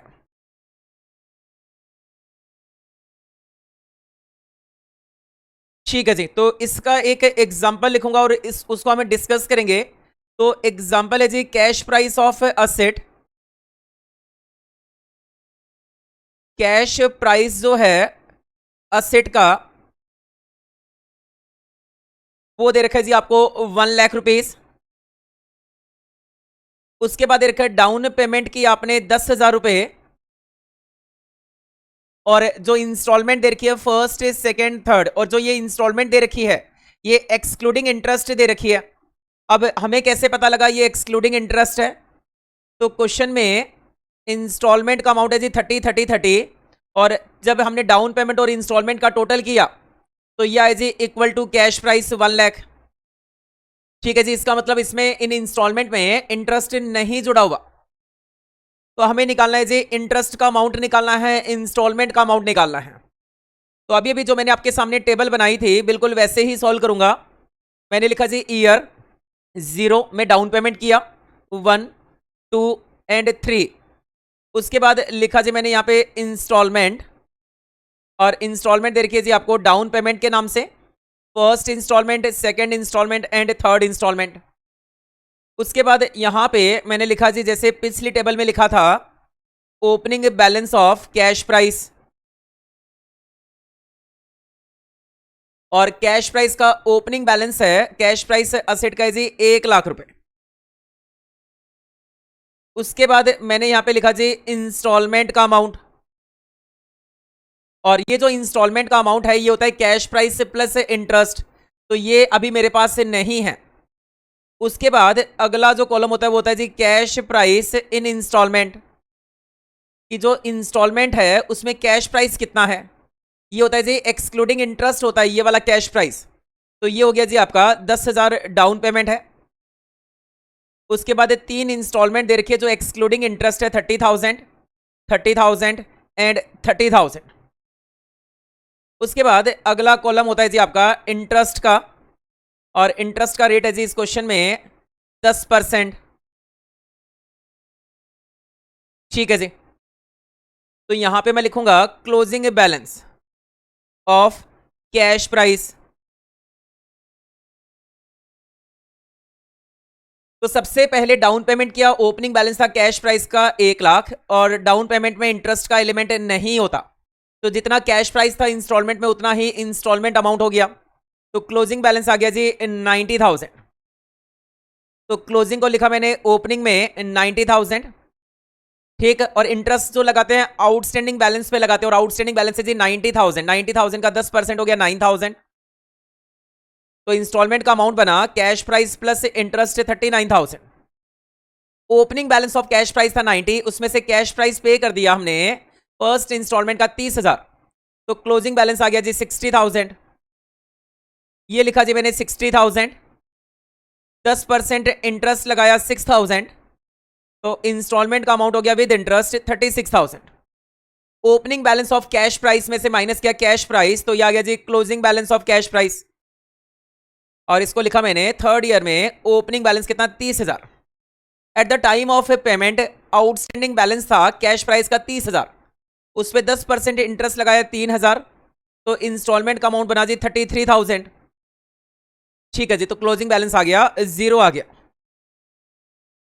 तो आपका जो हायर परचेज प्राइस है, ये जो इंस्टॉलमेंट है ना, ये हायर परचेज प्राइस है, ये इक्वल हो जाएगा total cash price 1,00,000 plus interest 18,000। तो आपका जो ये इंस्टॉलमेंट का अमाउंट है ना, ये आ जाएगा जी 1,18,000। ये आपका हायर परचेज प्राइस आ गया। ये था जी आपका केस नंबर 2, इसको नोट करेंगे।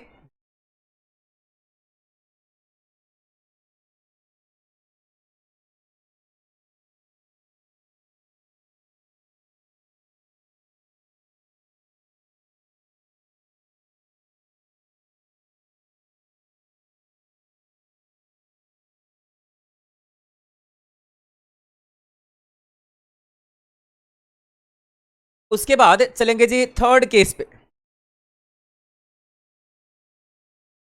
थर्ड जो केस आपका देखेंगे अपनी स्क्रीन पे, ये लिखा जी मैंने केस थर्ड। थर्ड केस में आपको टोटल कैश प्राइस आपको दे रखा होगा, और आपको डिफरेंट डिफरेंट अमाउंट के इंस्टॉलमेंट दे रखे होंगे, बट रेट ऑफ इंटरेस्ट आपको नहीं दे रखा होगा, तो आपको इंटरेस्ट निकालना है। ठीक है जी। तो कहता है when total cash price, when total cash price, total cash price and amount of different instalment is given, amount of different instalment,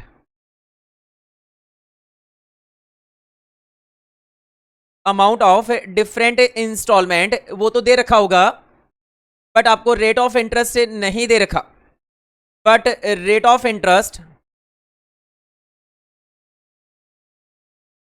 is not given.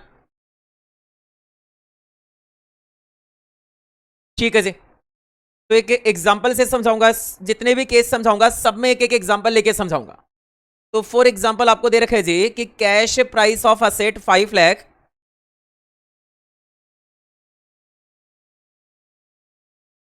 Asset का जो कैश प्राइस दे रखा है वो दे रखा है जी 5 लाख।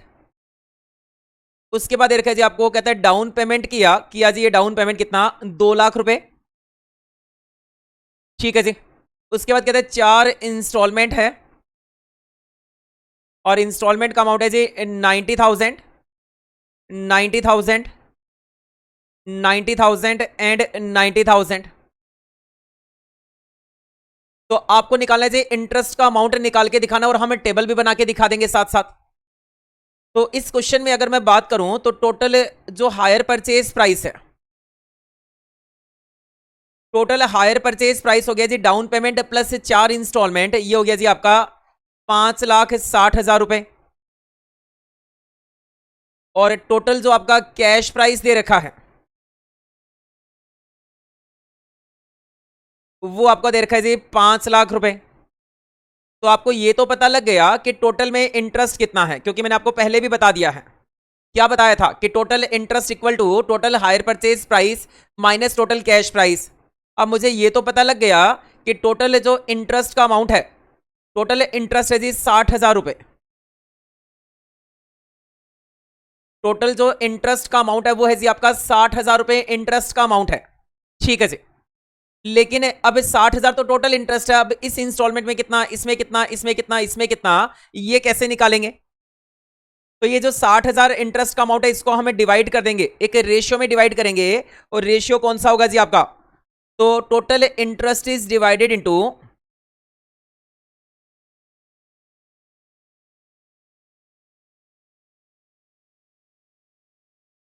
तो जो टोटल इंटरेस्ट है 60,000 उसको मैं डिवाइड कर दूंगा, किस में डिवाइड करूंगा, आउटस्टैंडिंग हायर परचेज प्राइस का जो रेशियो है, ठीक है जी, उसमें डिवाइड कर दूंगा। तो सबसे पहले हमने 5,60,000 आपका टोटल हायर परचेज प्राइस था, डाउन पेमेंट कर दिया जी, और डाउन पेमेंट में इंटरेस्ट नहीं होता, मैं आपको पहले बता चुका हूं।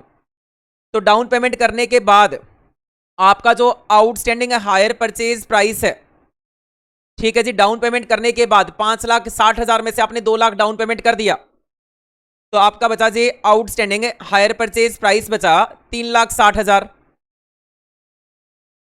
ठीक है जी, ये बचा फर्स्ट इंस्टॉलमेंट के टाइम। फिर आपने 90,000 पे कर दिया इंस्टॉलमेंट अमाउंट, तो आपका आउटस्टैंडिंग हायर परचेज प्राइस बचा 2,70,000। फिर आपने 90,000 पे कर दिया तो आपका बचा जी 1,80,000 रुपए। फिर आपने 90,000 पे कर दिया तो फोर्थ इंस्टॉलमेंट के टाइम आपका बचा 90,000, और फिर फोर्थ इंस्टॉलमेंट आपने पे कर दी तो आपका अमाउंट बचा जी 0 अमाउंट बचा। ठीक है जी। तो ये आ गया रेशियो, इसको मैं रेशियो में कन्वर्ट कर दूं तो आउटस्टैंडिंग हायर परचेज प्राइस का रेशियो आ गया जी 4:3:1। तो जो टोटल इंटरेस्ट था 60,000 उसको मैं 4:3:2:1 के रेशियो में बांट दूंगा। तो ये आ गया जी 24,000 रुपए इंटरेस्ट पहली इंस्टॉलमेंट में, 18,000 दूसरी इंस्टॉलमेंट में, 12,000 तीसरी इंस्टॉलमेंट में, और 6,000 आ गया जी फोर्थ इंस्टॉलमेंट में। ठीक है जी। अब मान लो कोई बच्चा बोलेगा सर एक काम करो आप टेबल भी बना के दिखा दो। ठीक है जी, मैं बच्चों के हिसाब से ही चलने वाला हूं। तो टेबल बनाई जी बिल्कुल सेम उसी टाइप से, मैंने लिखा ईयर 0 ईयर 1 2 3 एंड 4। यहां पे लिखा जी मैंने इंस्टॉलमेंट का नाम लिखा, इंस्टॉलमेंट आपकी down payment, first instalment, second instalment, third and fourth instalment. उसके बाद मैंने लिखा जी यहां पे opening balance of cash price. ठीक है जी, मैंने लिखा opening balance of cash price, तो स्टार्टिंग में कैश प्राइस था सेट का 5 लाख रुपीज। उसके बाद यहां पे मैंने लिखा जी इंस्टॉलमेंट का अमाउंट, और इंस्टॉलमेंट मुझे दे रखा है सबसे पहले डाउन पेमेंट क्या 2 लाख रुपए, उसके बाद 4 इंस्टॉलमेंट है 90,000 90,000 90,000 एंड 90,000। उसके बाद मैंने लिखा जी कि इस इंस्टॉलमेंट में कैश प्राइस कितना है। तो मुझे डाउन पेमेंट का तो पता है कि डाउन पेमेंट में इंटरेस्ट का एलिमेंट नहीं होता, तो जितना इंस्टॉलमेंट है उतना ही कैश प्राइस है। बट यहां पे अभी मुझे नहीं पता, तो ये मैं कैलकुलेट करके दिखाऊंगा। उसके बाद मुझे निकालना है जी इंटरेस्ट का अमाउंट, और इंटरेस्ट तो मैंने ऑलरेडी निकाल रखा है। पहले डाउन पेमेंट में इंटरेस्ट का एलिमेंट नहीं होता, पहले इंस्टॉलमेंट में 24,000, ये आ गया जी 18,000, ये आ गया 12,000, और ये आ गया जी 6,000 रुपए। ठीक है जी, तो कैश प्राइस निकाल लिया मैंने, 90,000 में से माइनस किया 24,000, तो ये आ गया जी 66,000, ये आ गया 72,000, ये आ गया जी 78,000, और ये आ गया जी 84,000। तो यहां पे मैंने लिखा closing balance of cash price.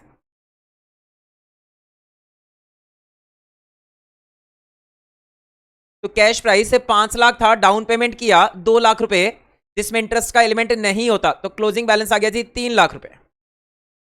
ये लिखा मैंने 3 लाख, 3 लाख में से मैंने कैश प्राइस माइनस किया 66,000, तो ये आ गया जी मेरा 2,34,000।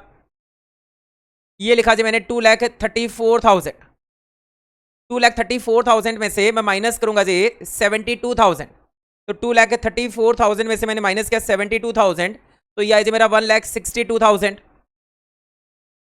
ये मेरा ओपनिंग बैलेंस आ गया 1,62,000। 1,62,000 में से मैंने माइनस किया जी 78,000, तो ये आ गया जी मेरा 84,000।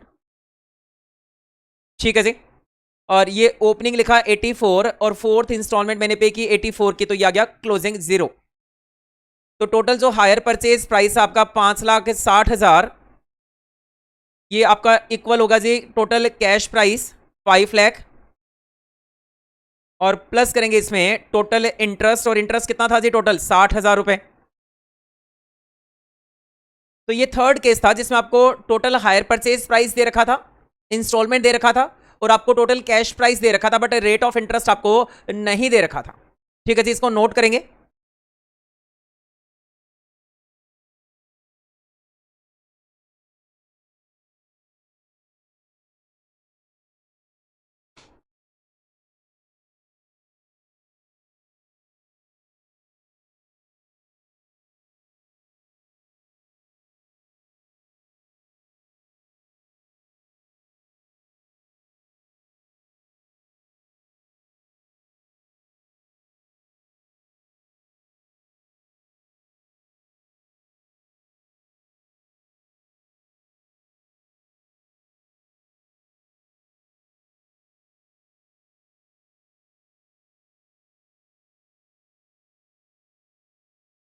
चलते हैं जी नेक्स्ट केस, केस नंबर 4 पे। देखेंगे अपनी स्क्रीन पे, मैं कर रहा हूं जी केस नंबर 4, और आपका जो केस नंबर 4 है वो है जी, कहते हैं when rate of interest, when rate of interest and instalment are given. ठीक है जी, and instalment are given, but हुआ क्या, इस केस में आपको कैश प्राइस से नहीं दे रखा होगा। तो क्वेश्चन जहां से स्टार्ट करते हैं, जो टेबल स्टार्ट करते हैं, वही पॉइंट अपने को नहीं दे रखा होगा, but total cash price is not given.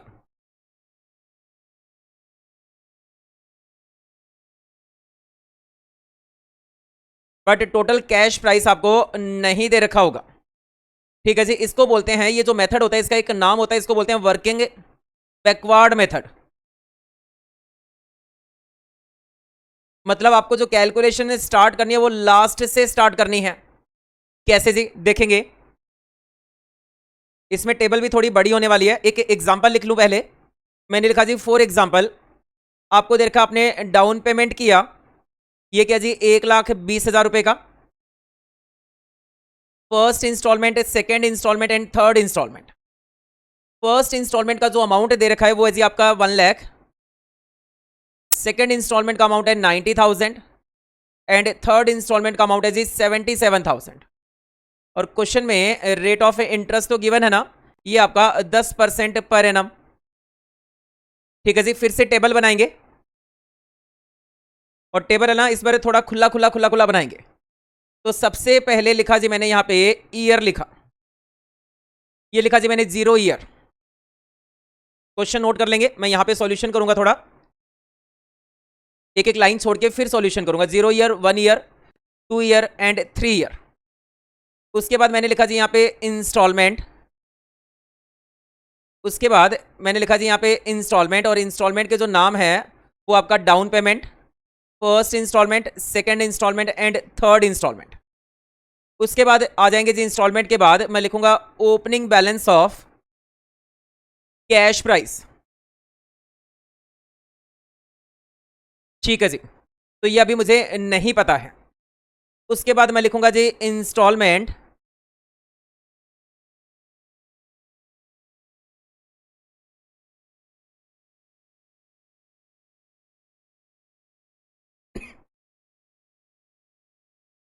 मैं लिखूंगा जी यहाँ पे इंस्टॉलमेंट का अमाउंट, और मुझे इंस्टॉलमेंट का अमाउंट पता है कितना है जी। डाउन पेमेंट मुझे पता है 1,20,000 का किया, फर्स्ट इंस्टॉलमेंट आपकी 1 लाख रुपए की, सेकेंड इंस्टॉलमेंट है 90,000 एंड थर्ड इंस्टॉलमेंट है 77,000। उसके बाद मैं लिखूंगा जी यहाँ पे कैश प्राइस के instalment minus interest, cash price कितना है। तो डाउन पेमेंट में इंटरेस्ट का एलिमेंट नहीं होता, तो ये तो मैंने लिख दिया, लेकिन बाकियों को अभी नहीं लिख पाऊंगा। उसके बाद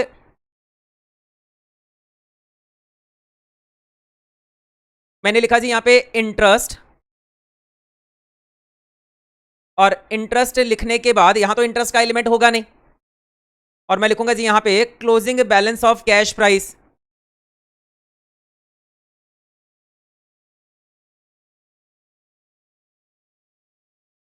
तो मेथड का नाम है जी आपका बैकवर्ड मेथड, मतलब लास्ट से आपको स्टार्ट करना है।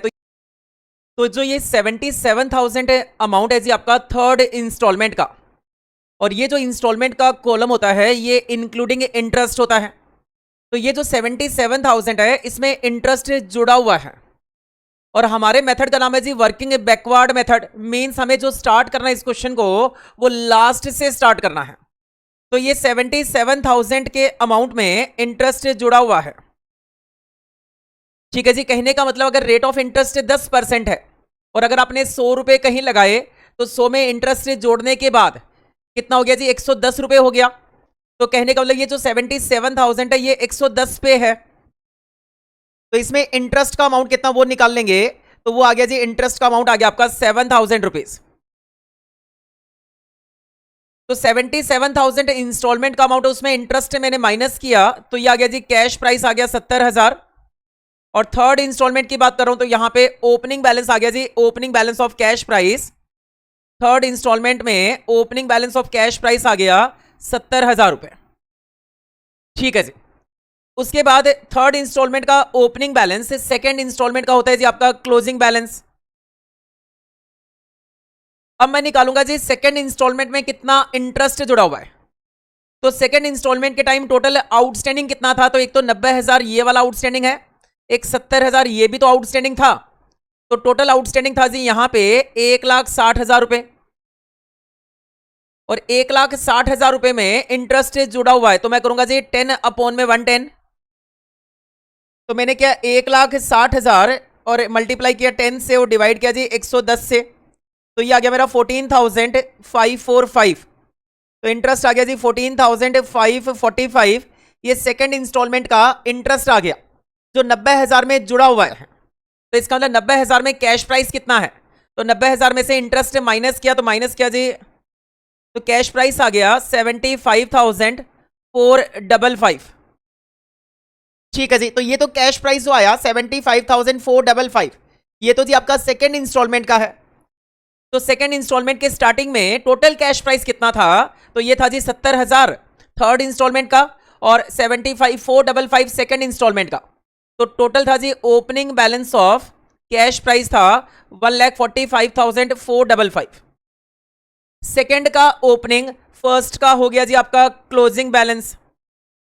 तो मैंने यहां पे लिखा 1,45,455। इंटरेस्ट की कैलकुलेशन करूंगा बिल्कुल वैसे ही, तो ये आ गया जी इंटरेस्ट निकाल रहा हूं 245,455 इंटू 10 अपॉन में 110। तो ये निकाला जी 245,455 इंटू 10 अपॉन में क्या जी 110। तो ये इंटरेस्ट आ गया आपका 22,314 रुपए।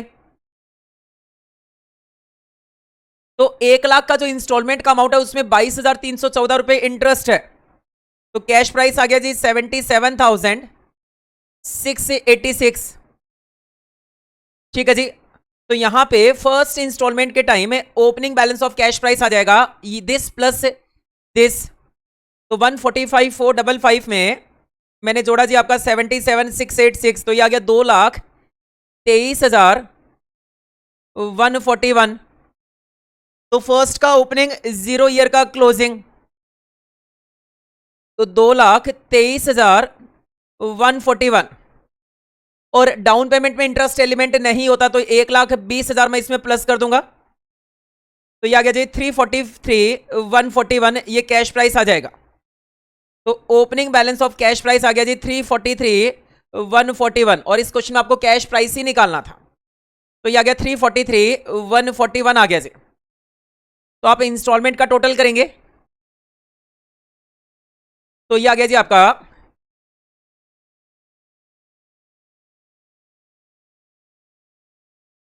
3,87,000। ठीक है जी, आप इसका टोटल करेंगे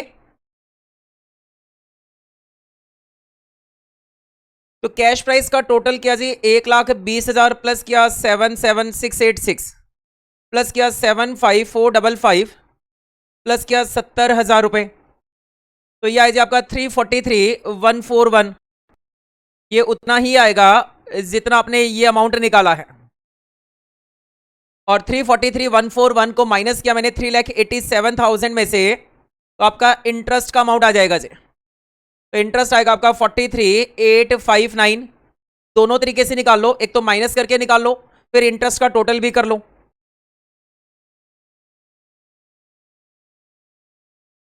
ठीक है जी। तो ये था केस नंबर 4 और बड़ा ही इंटरेस्टिंग केस होता है ये वाला, जिसका मैं नाम है जी working backward method. Last instalment से आपको इंटरेस्ट की कैलकुलेशन करनी है।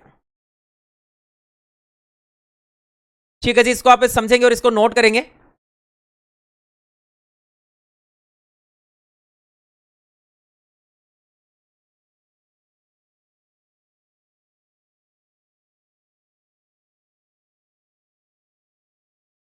हाँ जी, नेक्स्ट केस देखेंगे अपनी स्क्रीन पे। केस नंबर है जी 5।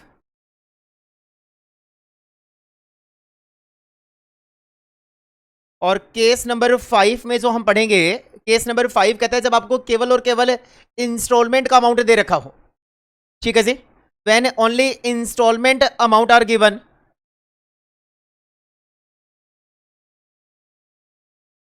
कहते हैं जब केवल आपको इंस्टॉलमेंट का अमाउंट दे रखा हो, when only instalment amount are given.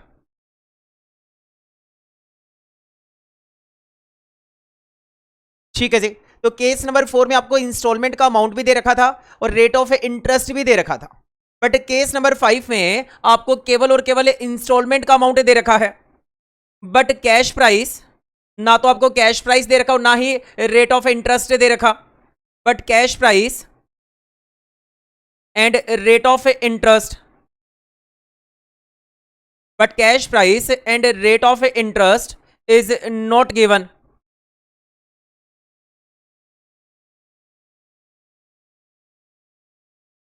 ठीक है जी। तो इसको भी एक एग्जांपल से करेंगे।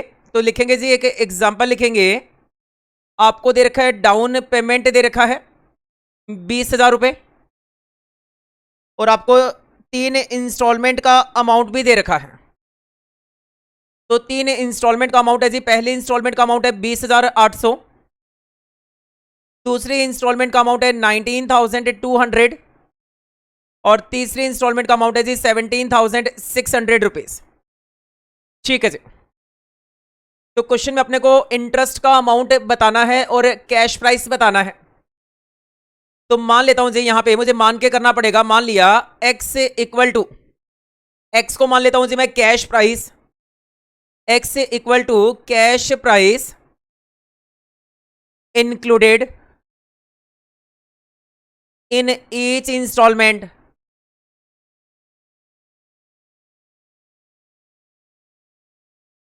ठीक है जी।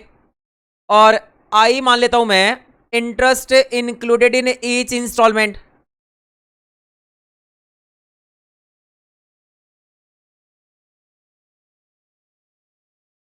Interest included in each instalment, कहने का मतलब जो पहली इंस्टॉलमेंट है, ठीक है जी, तो पहली इंस्टॉलमेंट में इंटरेस्ट ज्यादा होता है, दूसरी में उससे कम और तीसरी में इससे कम।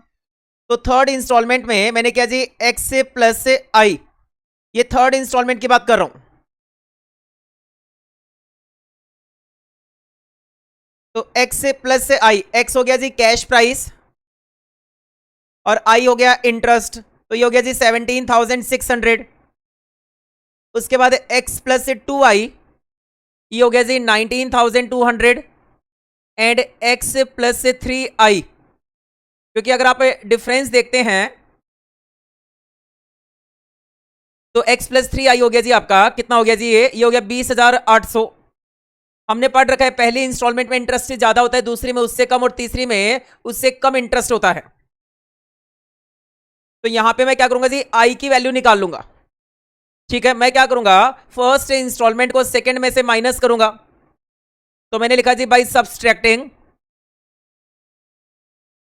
First instalment from second instalment.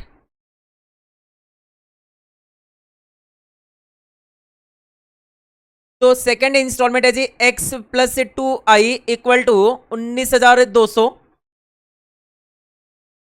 And x plus I, ये जो फर्स्ट इक्वेशन है, ये इंस्टॉलमेंट नहीं है जी, ये मैंने गलती से इंस्टॉलमेंट लिख दिया, ये इक्वेशन है, ये इक्वेशन नंबर 2 है और ये इक्वेशन नंबर 3 है फ्रॉम सेकेंड इक्वेशन। तो जब फर्स्ट इक्वेशन को मैंने सेकेंड इक्वेशन में से माइनस किया तो मेरा i इक्वल टू आ गया जी आपका 1,600 रुपए आ गया। आई कितना आ गया जी, आई आ गया मेरा 1,600 रुपए आ गया। कहने का मतलब है थर्ड इंस्टॉलमेंट में 1,600 रुपए तो है जी इंटरेस्ट, इंटरेस्ट कितना है जी, थर्ड इंस्टॉलमेंट में इंटरेस्ट का अमाउंट है 1,600 रुपए। ठीक, और कैश प्राइस कितना हो गया, तो थर्ड इंस्टॉलमेंट में आपका इंटरेस्ट आ गया जी आपका 1,600, कैश प्राइस निकालूंगा और आपको इंस्टॉलमेंट अमाउंट जो दे रखा है वो दे रखा है जी 17,600। तो कैश प्राइस कितना हो गया, instalment minus interest equal to cash price, ये हो गया जी 16,000 रुपए। सेकेंड इंस्टॉलमेंट में इंटरेस्ट हो गया 2i का मतलब हो गया जी 1,600 का डबल 3,200 रुपए और सेकेंड इंस्टॉलमेंट आपकी 19,200 की, उसमें से इंटरेस्ट माइनस किया तो कैश प्राइस आ गया जी 16,000 रुपए। और इसी तरह से मैंने लिखा जी फर्स्ट इंस्टॉलमेंट में मैंने लिख रखा है 3i का मतलब हो गया इंटरेस्ट हो गया जी 1,600 इंटू 3 4,800, इंस्टॉलमेंट का अमाउंट है 20,800, तो कैश प्राइस हो गया जी 16,000 रुपए। तो कैश प्राइस हो गया 48,000, इंटरेस्ट का अमाउंट हो गया जी 4 3 7 1 8 9 9,600 और इसका टोटल आएगा आपका 57,600 रुपीज। ठीक है जी। तो ये था केस नंबर 5 जिसमें आपको केवल और केवल इंस्टॉलमेंट का अमाउंट दे रखा था। ठीक, ना आपको रेट ऑफ इंटरेस्ट दे रखा था, ना ही आपको कैश प्राइस दे रखा था। तो मैंने आपको निकाल के दिखाया जिसमें इंटरेस्ट और कैश प्राइस निकाल के दिखाया। उसके बाद लास्ट केस करेंगे जी इसका। लास्ट केस आपका केस नंबर 6।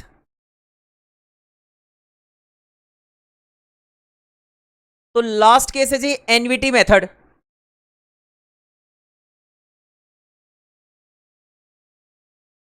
तो इसमें क्या होगा, आपको rate of interest and instalment दे रखा होगा, बट एनवीटी का रेफरेंस भी दे रखा होगा। तो आप इसको ऐसे भी लिख सकते हैं, when reference to NVT table rate of interest and instalment are given.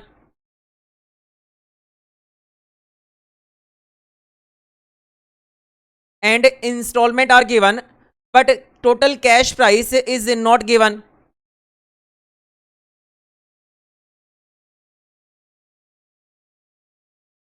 ठीक है जी, but total cash price is not given. तो इसमें एनवीटी की एनवीटी टेबल की एक रेफरेंस वैल्यू आपको गिवन होगी। कैसे करना है जी इस क्वेश्चन को, जैसे मान लो आपको क्वेश्चन में दे रखा है डाउन पेमेंट दे रखा है कितना, 15,000, और आपको 3 इंस्टॉलमेंट दे रखी है 1, 2 एंड 3, और जो ये इंस्टॉलमेंट दे रखी है इनका अमाउंट भी है जी 15,000 एंड 15,000। और एनवीटी टेबल की जो वैल्यू दे रखी है रेट ऑफ इंटरेस्ट है जी 5%, और प्रेजेंट वैल्यू ऑफ एनवीटी दे रखा है of ₹1 at the rate 5% per annum. तो कहता है अगर ₹1 को इन्वेस्टमेंट किया जाए 5% इंटरेस्ट के हिसाब से, हर साल ₹1 इन्वेस्टमेंट किया जाए, तो इसकी वैल्यू हो जाएगी जी 2.7232। ये एनवीटी की वैल्यू दे रखी है। तो आपको निकाल के बताना है जी कैश प्राइस कितना आएगा। ठीक है जी, तो मैं आपको बताऊंगा, कैश प्राइस बताऊंगा। तो अमाउंट ऑफ इंटरेस्ट, तो कहता है जो ₹1 की वैल्यू है ना, जो ₹1 है, ठीक, मतलब आपने एक 3 साल के बाद ₹3, उसकी आज कितनी वैल्यू है, प्रेजेंट वैल्यू कितनी है उसकी, प्रेजेंट वैल्यू है जी 2.7232। तो जो 15,000 रुपए 3 साल के अंदर हो रहा है, ठीक है, उसकी आज कितनी वैल्यू है, 15,000 1 साल के बाद देना है, फिर 15,000 देना है, फिर 15,000 देना है। तो ये तो 3 साल में देना है ना, तो आज कितनी वैल्यू है वो बतानी है जी। तो ये आ गई जी प्रेजेंट वैल्यू आ गई 15,000 इंटू 2.7232। तो ये आ गया जी आपका 40,848। ठीक है जी, ये प्रेजेंट वैल्यू आ गई, और आपको पूछा गया है कैश प्राइस बताओ। तो ये तो first year, second year, third year में जो आपने 15 पे किया था उसका प्रेजेंट वैल्यू है। तो इसमें आप डाउन पेमेंट भी जोड़ेंगे तो कैश प्राइस आ गया जी 40,848, प्लस केस में डाउन पेमेंट कितना जी 15,000। तो स्टार्टिंग में कैश प्राइस कितना था, वो आ गया जी 55,848।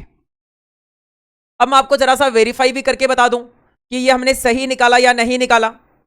तो देखो जी 40,000 सबसे पहले ओपनिंग कैश प्राइस कितना था, मैं वेरीफाई करके बता रहा हूं आपको। ओपनिंग कैश प्राइस था आपका 55,848। पहले तो एक बार क्वेश्चन समझ लेंगे। कहता है आप एक 3 साल तक अगर इन्वेस्टमेंट करते हो तो आपने ₹3 लगाए, 1 साल के बाद अगर आपको ₹1 मिला, फिर 1 साल के बाद ₹1 मिला, फिर 1 साल के बाद ₹1 मिला, तो उसकी आज कितनी वैल्यू है जी उन ₹3 की, उन ₹3 की आज वैल्यू है 2.7232। तो अगर आप 3 साल तक 15,000 दे रहे हो, तो उन 15,000 टोटल होते तो 45,000 है, बट आज कितनी वैल्यू है उसकी, तो आ गई 40,848, प्लस कर दिया जी डाउन पेमेंट, वो तो 0 ईयर में था, तो कैश प्राइस निकाल दिया। अब मैं वेरीफाई करके दिखा रहा हूं कि ओपनिंग कैश प्राइस था 55,848 माइनस किया जी डाउन पेमेंट 15,000, तो ये आ गया जी 40,848, प्लस क्या आपने इसमें इंटरेस्ट कितना है जी 5% इंटरेस्ट है ना, तो 40,848 का आपने किया 5%, तो इंटरेस्ट आ गया जी आपका, ये इंटरेस्ट आ गया 2042। तो आपने इसमें प्लस किया 40,848, तो ये आ गया जी आपका 42,890। इतना करने के बाद आपने पहली इंस्टॉलमेंट पे की 15,000 रुपए, तो ये आ गया जी 27,890। फिर आपने इसमें इंटरेस्ट लगाया 5%, 27,890 का आपने क्या जी 5%, तो ये आया 1395।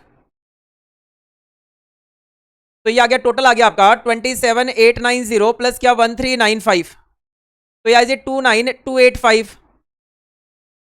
और फिर आपने सेकंड इंस्टॉलमेंट पे की 15,000 रुपए। ठीक है जी, तो ये बैलेंस आ गया आपका 14,285।